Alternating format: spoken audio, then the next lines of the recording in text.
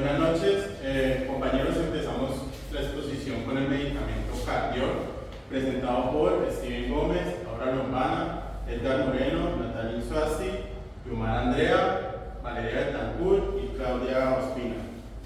El contenido de la siguiente presentación consta de 8 puntos que son la historia, el principio activo, la farmacocinética, la farmacodinámica, la farmacovigilancia, casos clínicos, conclusión y finalmente bibliografía. Vamos a hablar un poco de la clotalión. Este es una sulfonamida, miembro de los isoindores y monoclorobencenos.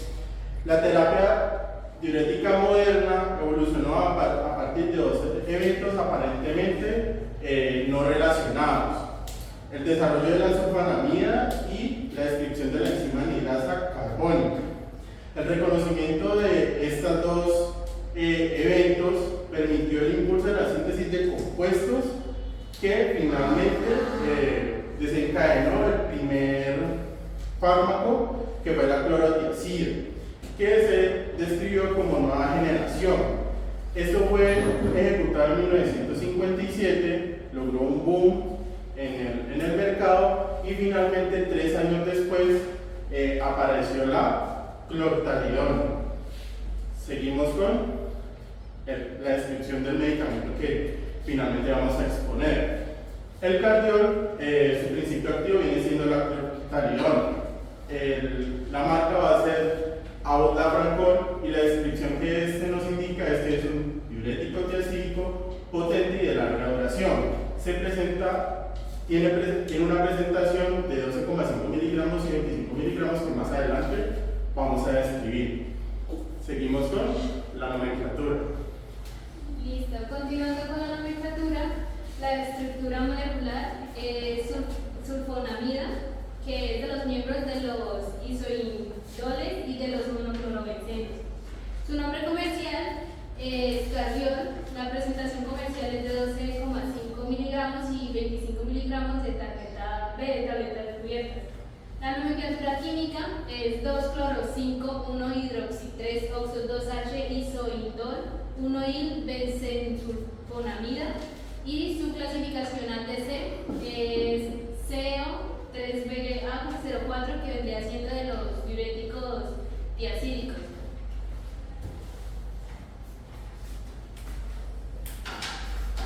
Bueno, ahorita vamos a empezar a hablar sobre las formas y vías de administración. El cardiol, como sabemos, es una tableta recubierta que se utiliza en presentación de 12,5 a 25 miligramos. Como dosis de mantenimiento se utilizan 50 miligramos y como dosis máxima permitida hasta 100 miligramos. Se considera que a partir de estos 50 miligramos ya no va a haber ningún efecto positivo para el paciente. Como consideraciones especiales, tenemos que se debe administrar en la mañana para evitar la diuresis nocturna. Adicionalmente, cuando se tienen pacientes de edad avanzada, se debe tener mucho cuidado con la forma como se está administrando el medicamento. También se debe tener cuidado cuando el paciente tenga insuficiencia renal, porque este medicamento podría aumentar el riesgo de incrementar la insuficiencia renal. Bueno, como ya dijimos, la dosis inicial podría estar entre 12,5 a 25 miligramos y se debe tener especial cuidado en las personas de edad avanzada. Como contraindicaciones tenemos que se presenta insuficiencia renal y cuando se presenta insuficiencia cuando la insuficiencia renal es de 30 mililitros por minuto. Bueno, como grupos especiales tenemos las personas en embarazo, pueden presentar riesgo de desequilibrio electrolítico, pacientes diabéticos que también pueden presentar monitoreo de glucosa. O sea, se deben hacer constantemente ese tipo de cuidado de tener en cuenta. Como conclusión podemos decir que las ventajas es que este producto tiene una vida media prolongada y que una alta eficiencia para el tratamiento de la hipertensión. Como desventaja podemos decir que se presentan perfil metabólico adversos. Pueden haber problemas con metabolismo. Bueno, como contraindicaciones tenemos la hipersensibilidad a la sustancia activa y otros compuestos sulfamídicos, se presenta anuria, insuficiencia renal hepática, también se presenta hipopotasemia, que es una disminución muy exagerada con respecto al potasio, y hiponatremia, que es cuando se presenta una baja en los niveles de sodio. Aparte de eso, también puede presentarse hipercalcemia, que son niveles altos de calcio, hiperglicemia, que es cuando se presentan niveles demasiado altos de ácido úrico. Bueno, ahora vamos a empezar a hablar de la farmacocinética. Bueno, respecto a la farmacocinética, tenemos que tener en cuenta que son estos pasos: absorción, metabolismo, distribución y eliminación. En cuanto a la absorción, vamos a tener en cuenta la biodisponibilidad, que esta es de más o menos 3 horas, o sea, cuando se toma el medicamento va a tener 3 horas, a las 3 horas siguientes de la administración va a tener su mayor alto nivel de biodisponibilidad y va a ser mayor la concentración plasmática, y va a estar entre 2 a 6 horas de la dosis después de haberse tomado el medicamento. Como mecanismo de transporte tenemos que lo más importante es que inhibe el cotransportador de sodio y cloro, lo que reduce la reabsorción de sodio y cloruro, lo que ayuda a disminuir el volumen plasmático y por tanto el nivel plasmático y por lo tanto la presión arterial. Como barrera de absorción tenemos la ionización, en la cual pues sabemos que la molécula es débil, es un fármaco ácido, débil ácido, tiene solubilidad poca o relativamente baja en agua, por lo que se puede unir a proteínas plasmáticas que pueden presentar variaciones gástricos y influye en la absorción del medicamento. Cuando se tiene pH, cuanto al pH, se dice que la principal absorción ocurre en el intestino delgado y siempre manejando un pH de 6 a 7,5, lo que influye en la disolución y en la absorción del medicamento. Bueno, con respecto a la absorción cinética, hay varios factores que afectan la absorción cinética, como lo es el pH gástrico y la movilidad intestinal. Entonces, inicialmente se da una administración y un paso inicial en el tracto gastrointestinal que se da después de que se consume como tal el fármaco. Se da en el tracto gastrointestinal la absorción y la distribución. Luego tenemos la parte de absorción y distribución, donde se da una disponibilidad de aproximadamente entre el 50 y el 65%. Se considera un fármaco con un alto nivel de biodisponibilidad. Luego está el tiempo para alcanzar la concentración máxima, que en este caso es entre 1 y 3 horas, por lo cual presenta una biodisponibilidad muy rápida. Por el lado del metabolismo y la excreción como tal, este medicamento presenta una amplia absorción en tejidos, su vida media prolongada, y presenta un efecto terapéutico entre 24 y 48 horas. Presenta un metabolismo como tal en el hígado. Bueno, entonces con respecto a la distribución, presenta una alta unión a las proteínas se une aproximadamente entre el 75% del fármaco, presenta un rango plasmático de distribución de 0.2 a 0.77 miligramos por mililitro y presenta un volumen de distribución mediante vía oral de 4 litros por kilogramo. Este volumen de distribución lo que nos da como tal es qué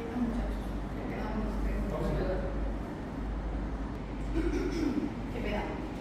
Bueno, entonces con respecto al volumen de distribución, tenemos que la clortalidona se une a las proteínas plasmáticas, presenta un volumen de distribución de 4 litros por kilogramo, presenta una vía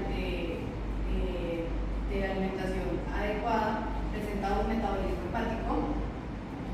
Con respecto como tal ya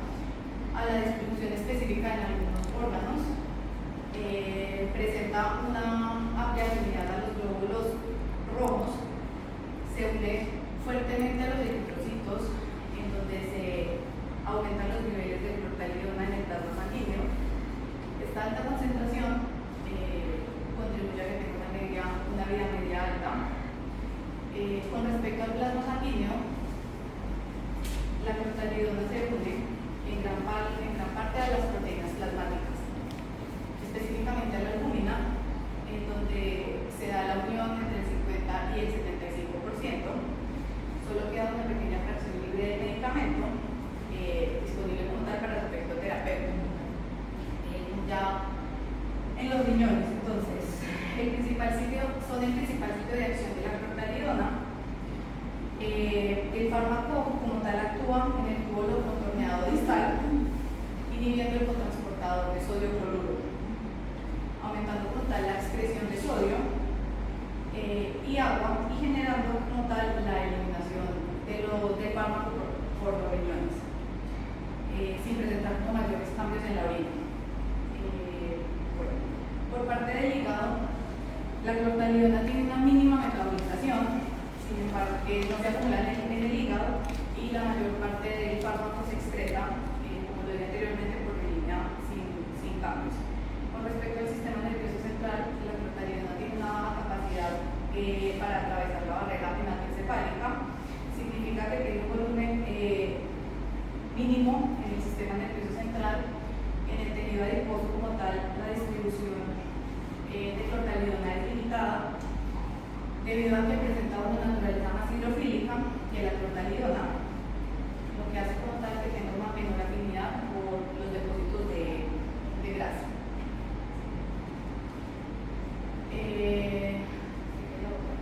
Todo esto con respecto entonces a los metabolitos de biotransformación, entonces se absorba como tal en el tracto gastrointestinal, se une por su alta afinidad a las proteínas plasmáticas, presenta un metabolismo, a diferencia de otros diuréticos, en el hígado de manera mínima. En comparación con otros medicamentos, la mayor parte de la dosis de clortalidona se metaboliza mediante la hidrolización, aproximadamente en unas 40 horas. Se elimina a través de la orina, una pequeña fracción en las heces. Su eliminación ocurre, como tal como lo dije, pues, por vía urinaria, y tiene una pequeña transformación por vía renal en su forma no modificada, dado que no se evidencia, digamos, que ningún tipo de metabolismo. Con respecto a la biotransformación, entonces, la clortalidona presenta una inhibición en la reabsorción del sodio, principalmente en la porción proximal del túbulo contorneado, inhibiendo así como tal el cotransportador de sodio cloruro.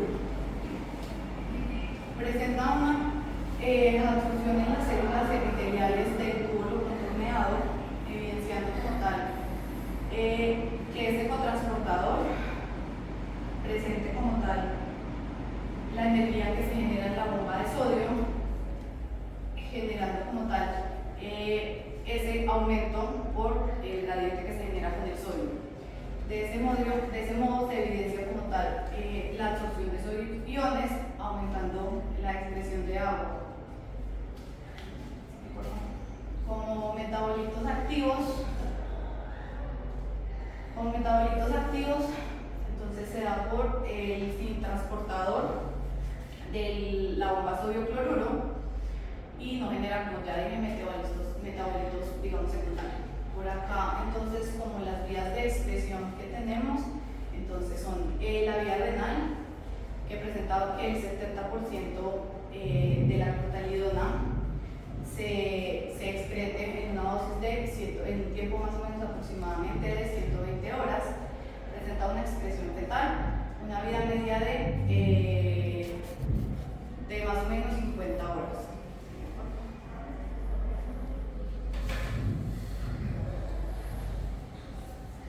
Bueno, continuando con los temas relacionados con el contenido, y antes de hablar de la farmacodinamia o el estudio que genera la clortalidona en el organismo, es de resaltar cuál es la intención y cuál es el objetivo principal de la farmacodinamia. Como lo mencioné, es la rama que estudia explícitamente qué causa el fármaco en el organismo, en qué órgano interactúa, cuáles son sus principales objetivos en el organismo, qué hacen el órgano y qué proteínas, enzimas y diferentes células afectan y por último el efecto farmacológico que genera en el organismo. Iniciando pues, antes de comentar y entrar en materia en qué hace como tal la protaliona en las partes del riñón, que es el órgano en que trabaja netamente el fármaco, es relevante nombrar la potencia y la relación dosis-respuesta, ya que la potencia, según lo que realizamos en el trabajo, la protaliona es uno de los diuréticos que tiene 2 veces más potencia que el resto de diuréticos que han estudiado, o los que se medican normalmente para los pacientes hipertensos.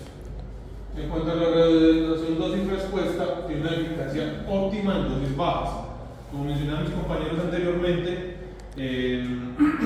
arranca desde 12,5 miligramos, lo cual es un contenido bajo de activo para los medicamentos normalmente empleados en la industria farmacéutica. Entrando ya en materia, hablando de los receptores, los mecanismos de acción, es muy importante resaltar que este fármaco no tiene una interacción similar o normal como lo viene haciendo la mayoría de los fármacos. La mayoría de los fármacos necesitan del acoplamiento a la proteína G.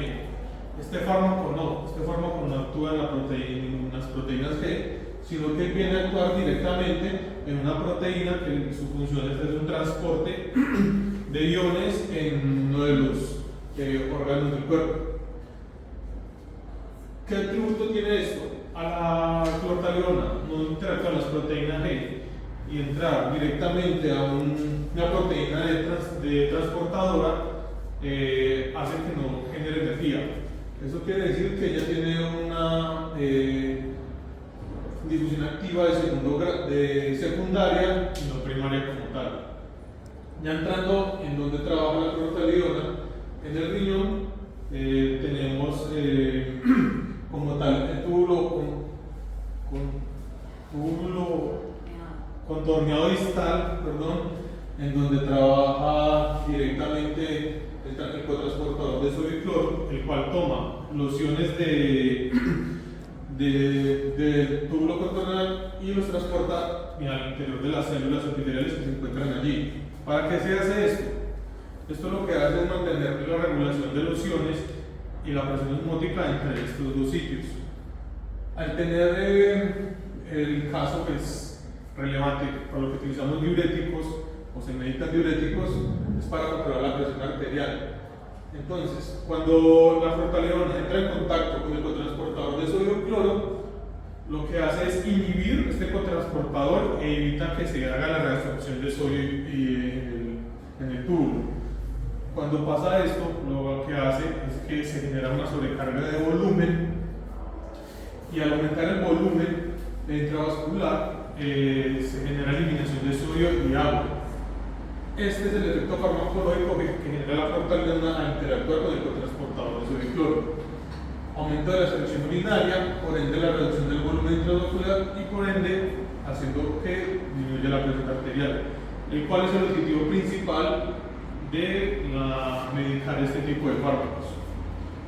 En la siguiente diapositiva hablamos de los efectos hemodinámicos e hipertensores, los cuales tenemos 4 como para resaltar: el efecto inicial, el beneficio, efectos a largo plazo y la activación del sistema de regulación de presión arterial.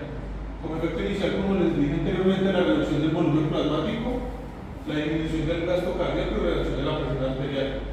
Estos 3 están enfocados netamente gracias a inhibir la proteína transportadora, se genera el efecto inicial como tal. En cuanto a beneficios del fármaco, efectos compensatorios por pérdidas de volumen y la evidencia de estudios clínicos. Esta evidencia demuestra que en los estudios que han hecho con otros fármacos de este tipo de diuréticos, la clortaliona ha sido mucho más eficaz y potente que los otros, garantizando que con su concentración se pueda lograr efectos positivos en los pacientes. Efectos a largo plazo: se mantiene el efecto hipotensor mediante la reducción de la resistencia vascular. Una de las virtudes que es un efecto secundario en realidad de la clortalidona, aparte de ayuda arterial, es el vasodilatador.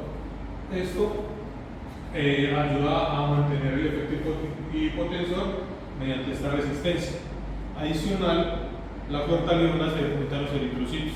Eso hace que se mantenga un mayor tiempo dentro de las células y obtenga un efecto a largo plazo. Esto que ayuda a que tengamos una medicación no tan seguida, baja concentración, y normalmente se medica una vez al día a bajas concentraciones.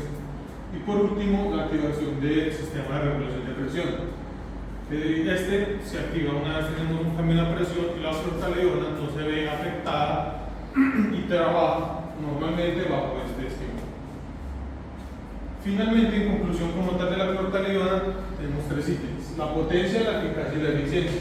La potencia, como les decía, y los estudios demuestran, este fármaco es mucho más potente que los otros fármacos diuréticos. Comparan directamente con la hidroclorotiazida, ya que con la mitad de la cantidad de fármaco puede hacer lo mismo que con el doble de la hidroclorotiazida. La eficacia se ha demostrado, como les mencioné anteriormente, que con estudios es más eficiente y más eficaz que los otros hipertensores que se medican normalmente. Previene el deterioro de la función renal debido a que se mantiene, pues, al consumir menos medicamento tenemos menos deterioro renal, ya que al mantener una vida prolongada evita la administración más seguida.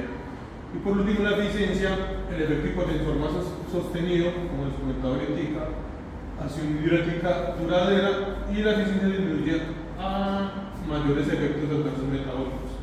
Uno de los efectos adversos metabólicos que causa es la excreción de potasio, y es uno de los efectos secundarios de más cuidado a la hora de medicar este fármaco.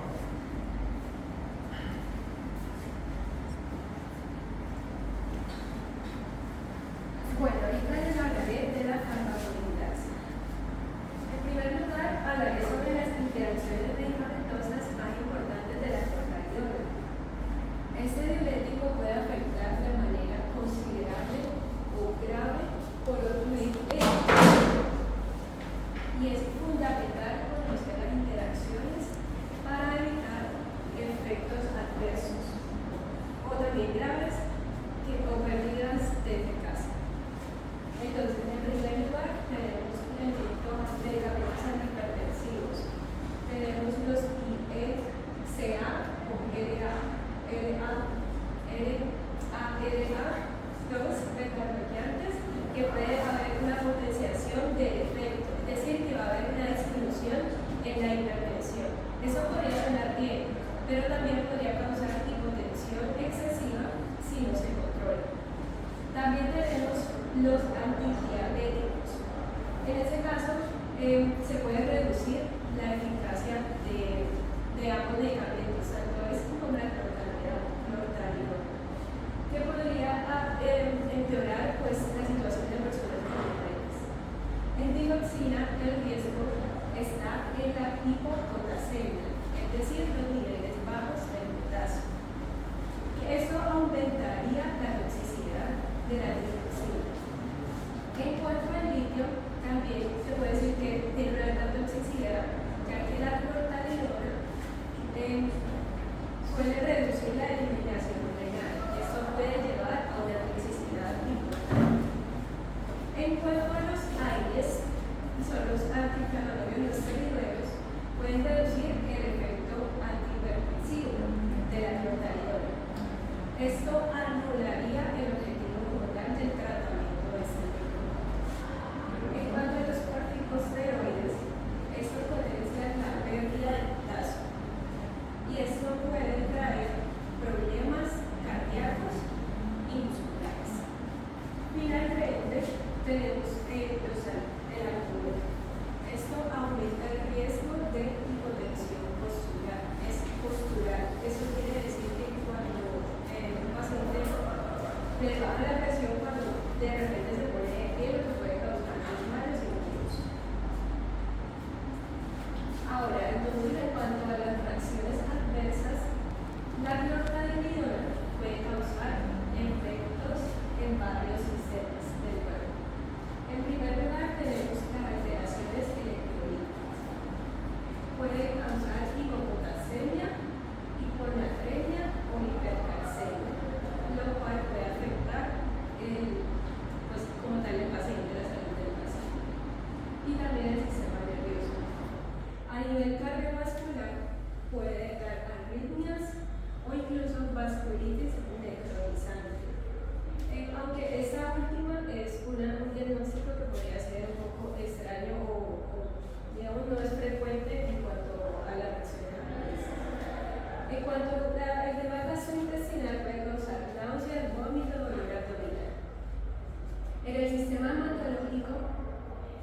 causar neutropenia o trombocitopenia. Eso impide la capacidad de coagular. En cuanto al sistema endocrino y metabólico, puede causar hiperglucemia, también aumentar el ácido úrico y el colesterol. Y en cuanto a las urinarias, entonces puede causar impotencia sexual y disminución de la libido. Otros efectos podrían incluir la visión borrosa, la debilidad muscular y la fotosensibilidad, que pues sería una sensibilidad excesiva al sol. Y pues complementando un poco el tema de la farmacovigilancia, también se podrían incluir los grupos de riesgo, que serían los niños, los lactantes y también las personas de tercera edad. En cuanto a los niños, no hay estudios suficientes, entonces por eso no se recomendaría ese medicamento en niños. En los adultos mayores, debido a sus dificultades de la edad renal, o sea, los problemas renales que pueden tener debido a la edad, entonces se recomienda controlar la dosis y vigilarlo más de cerca.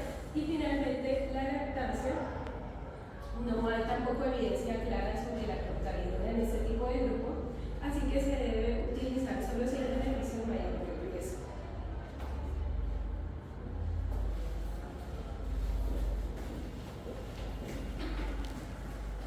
Bueno, vamos a pasar a revisar el ítem de los casos clínicos.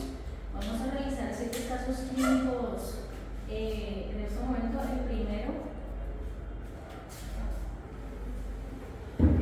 El primer caso clínico que vamos a realizar es una hipocalemia de larga duración que se encuentra asociada al consumo de la clortalidona. La hipopotasemia, para contextualizar de qué se trata este caso clínico, es una condición en la que la concentración de potasio en sangre se encuentra en los rangos inferiores. Para esto, digamos que hay 3 niveles: uno que es moderado, que es de 3.5 a 3, el leve, que es de 3 a 2.5, y el grave, que es inferior a 2.5. Para el caso clínico que estamos realizando, entonces vemos de que es una paciente de 74 años que sufre de hipertensión arterial hace 20 años, por lo cual en su momento, pues, cuando se le dio el diagnóstico, se le suministró como tratamiento que tenía que tomar 50 miligramos por día de clortalidona. Sin embargo, pues ella después de los 20 años presenta un caso en donde los niveles de potasio bajan a 2.4 mil equivalentes por litro y tiene un pH de 7.49. Dentro de su historia clínica, pues al revisar la evidencia de que 4 meses antes se había empezado un tratamiento en donde estaba tomando omeprazol, 20 miligramos por día, y el alprazolam. El omeprazol es un medicamento que es un inhibidor de la bomba de protones, y este medicamento es utilizado para cuando hay algún problema digestivo. Sin embargo, el alprazolam es un medicamento ansiolítico que es utilizado para cuando se tiene ansiedad, cuando se sufre de síndrome de pánico, etc. La dosificación de este último medicamento es de 0.25 miligramos por día. Posterior a este evento, la paciente tiene un cambio de rodilla, y seguido a esto es cuando se empieza a evidenciar de que hay una baja en las concentraciones de potasio. Se hace dentro de la evaluación clínica, pues se hace una evaluación física, se ve que todo está normal. Posteriormente se hace exámenes médicos, se evalúa los iones de potasio, sodio, magnesio en orina, y también se hace hemograma. Digamos que todos los resultados son normales, por lo cual el diagnóstico presuntivo es de que es exclusivamente la hipopotasemia con una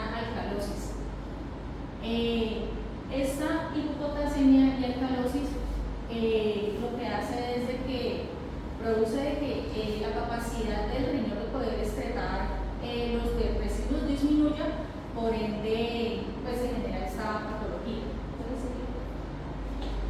Entonces, dentro de la hipopotasemia vemos de que pequeñas alteraciones de potasio en sangre pues va a generar manifestaciones clínicas significativas, como ya las mencionamos, seguido también a unas manifestaciones físicas. El aporte de potasio al organismo es normal de 40 a 120 miliequivalentes por día, y esta eliminación se da al 90% por excreción en renal y 10% por sudor y heces. ¿Puedes volver un momentito? Entonces, después de que se da este diagnóstico, lo que se decide es de que se suspende el uso del medicamento de clortalidona, se empieza a suministrar el potasio pues, para aumentar los niveles. Este medicamento se usa de manera prolongada, pues un poco prolongada durante 10 meses, hasta que se logran nivelar los niveles de potasio. Ahora puedes seguir. Bueno, después de esto, pues evaluamos lo que es el algoritmo naranjo. De acuerdo a toda la historia clínica, a todo el evento, se tiene como una puntuación total que es probable, y posteriormente se evalúa el FOREA, en donde se evidencia de que en el momento pues, del evento adverso la paciente estaba consumiendo la clortalidona, que es un medicamento de base, el omeprazol y el alprazolam. Ahorita vamos a revisar el caso clínico número 2. El caso clínico número 2 es el rol de la clortalidona en pacientes con alto riesgo de hipertensión. Se da el motivo de consulta porque aparecen unos nódulos pulmonares incidentales 3 meses después de que se comenzó a consumir la clortalidona. Su diagnóstico pues, se realiza una evaluación completa y se revela que es una nefritis intersticial aguda, pues inclusive por los fármacos. Para explicar puntualmente, en cuanto al historial medicamentoso que tenía, existían los siguientes fármacos. Incluía pixabana, atorvastatina, colecalciferol, clonidina, fexofenadina, insulina glargina, labetalol, colirio de latanoprostol y nifedipina. Por lo que al generar el algoritmo de naranjo, pues claramente su conclusión final es que probablemente pues, sea producto del consumo de la clortalidona. De acuerdo al planteamiento 2, se da, de acuerdo con la dosis, pues se asocia una lesión renal aguda y simultáneamente un exantema medicamentoso. Pues según el tiempo, como ya lo he mencionado, 3 meses después de iniciar el tratamiento con la clortalidona, se evidencia varios cuadros de la aparición de erupciones y el aumento de la creatinina. Y pues de acuerdo a la susceptibilidad, pues claramente de acuerdo al estudio y el seguimiento realizado, pues se concluye que la paciente pues presenta como pues que no puede recibir, no puede ser medicamentada con clortalidona. Bueno, siguiendo con el caso número 3, se trata de una mujer que tiene 67 años de edad, con antecedentes de hipertensión arterial y con trastornos psiquiátricos. La mujer fue ingresada a servicios dermatológicos donde se le diagnosticaron antrax en la región posterior superior del tórax. A ella se le diagnosticó esto y se le realizaron exámenes como es radiografía simple de tórax, donde esos exámenes mostraron que ella tenía un derrame pleural izquierdo. Por esto fue que la trasladaron a servicios de neumología, donde ahí fue que se le diagnosticó ya como neoplasia de pulmón. El plan de acción que tuvo ella para la infección de la piel fue antibióticos parentales, que fue la ceftriaxona y la suspensión de clortalidona. Bueno, como conclusión de este es que el ANTAS no se le atribuye al tratamiento con la clortalidona y que la apiterapia puede ser considerada una opción válida en lesiones cutáneas, junto a los antibióticos sistemáticos. En cuanto al algoritmo de Naranjo, como resultado dio 2, por lo cual el resultado total es probable. Y en el FOREAM, debido pues que es una herramienta utilizada para farmacovigilancias, en este reporte realmente no se adapta pues a este detalle, entonces este algoritmo no es necesario en este caso.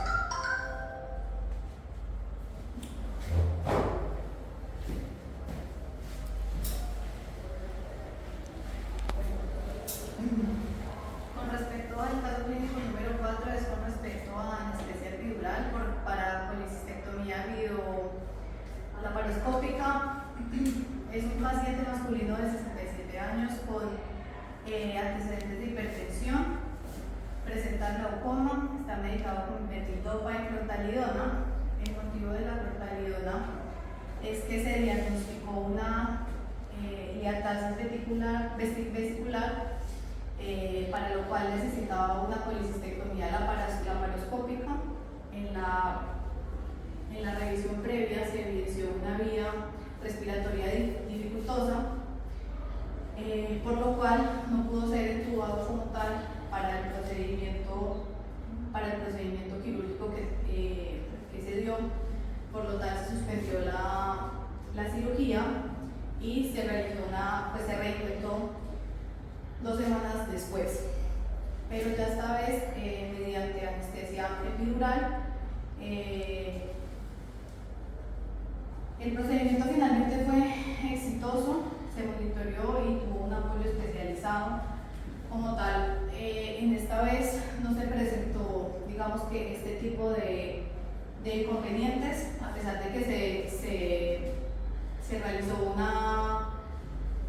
una intubación que no fue exitosa. Luego se realizó la intubación con la cirugía con el otro medicamento y se pudo dar el manejo con el anestésico de manera exitosa sin necesidad nuevamente de una anestesia general. Durante el caso se pudo evidenciar que el algoritmo naranja se pudo evidenciar como tal que este caso no se encontró ningún tipo de interacciones medicamentosas con respecto a la clortalidona, dado que digamos que se evidencia como un caso aislado y como mencionó ahorita mi compañera, con respecto a el FOREAM no se evidenció como tal ninguna información, por lo cual esto se presenta como un caso aislado que no presenta ningún tipo de interacción medicamentosa con la clortalidona.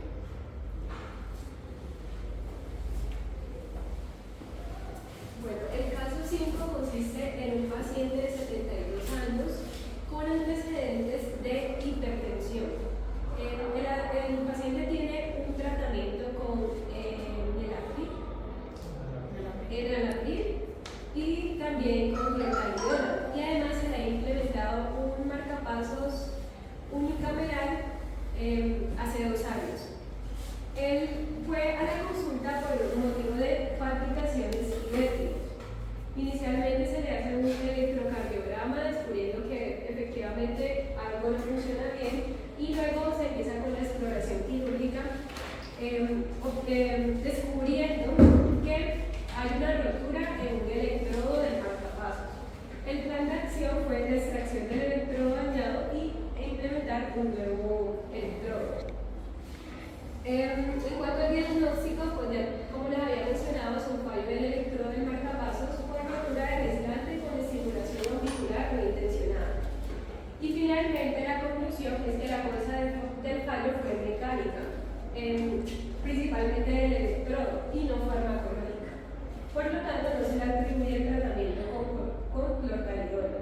En cuanto al algoritmo de Naranjo, obtuvimos una mutación dudosa, y en cuanto a FOREAM y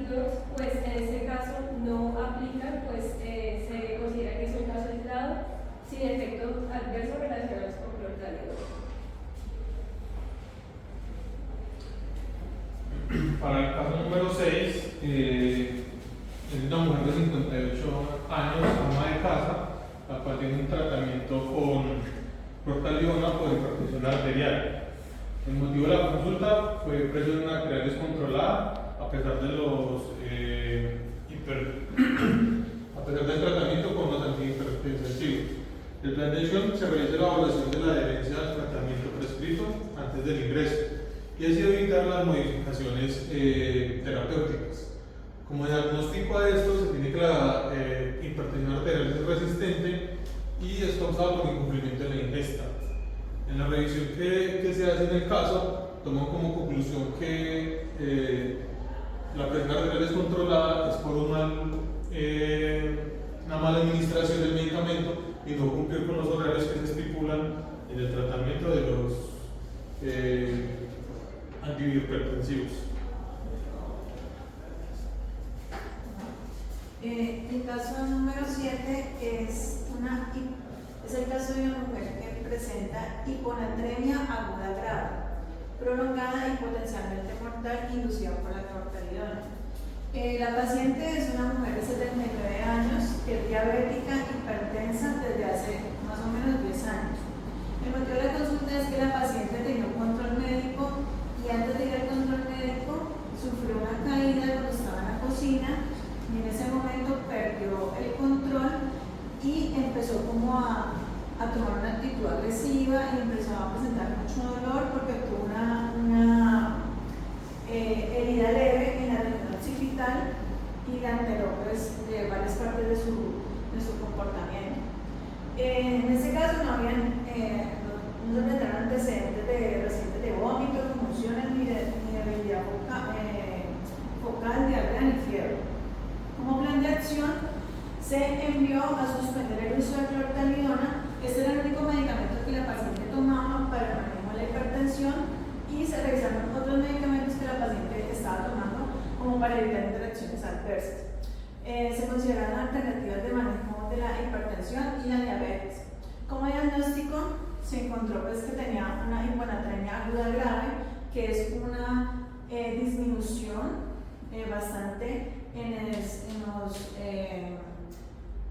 los electrolitos de sodio, en ese caso en el sodio, y lo que le generó pues, la alteración en su organismo. Según el algoritmo de Naranja, se considera un caso probable en el cual pues, la clortalidona podría estar generando esta afección clínica. Y en el Forian, pues también, como podemos observar, es el único medicamento que la paciente estaba pues, tomando, entonces por lo que se llevó a la conclusión que podría ser que la paciente no estaba tomando el medicamento en el horario adecuado y por lo tanto con pacientes hipertensos y de elevada edad avanzada, pues se debe tener un estricto cuidado en el momento de suministrar los medicamentos. Y entonces se dice que los niveles de sodio bajaron debido a estas inconformidades en la toma del medicamento. Okay. Finalmente, como conclusiones de la presente revisión del informe, a resumen de este slide tenemos que la clortalidona hay que resaltarle su efecto diurético eficaz, potente y eficiente, en donde sobresale sobre otros diuréticos que se emplean normalmente. También como conclusión tenemos el evento que presenta este tipo de fármaco al no interaccionar con acoplamiento a proteína C, sino debido a una proteína de transporte que es el cotransportador de sodio y cloro. Es muy ventajoso y muy positivo para este fármaco la vida prolongada, según lo que vimos en los slides de farmacodinámica. Y los estudios que respaldan toda esta duración de las acciones de este fármaco con respecto a los otros.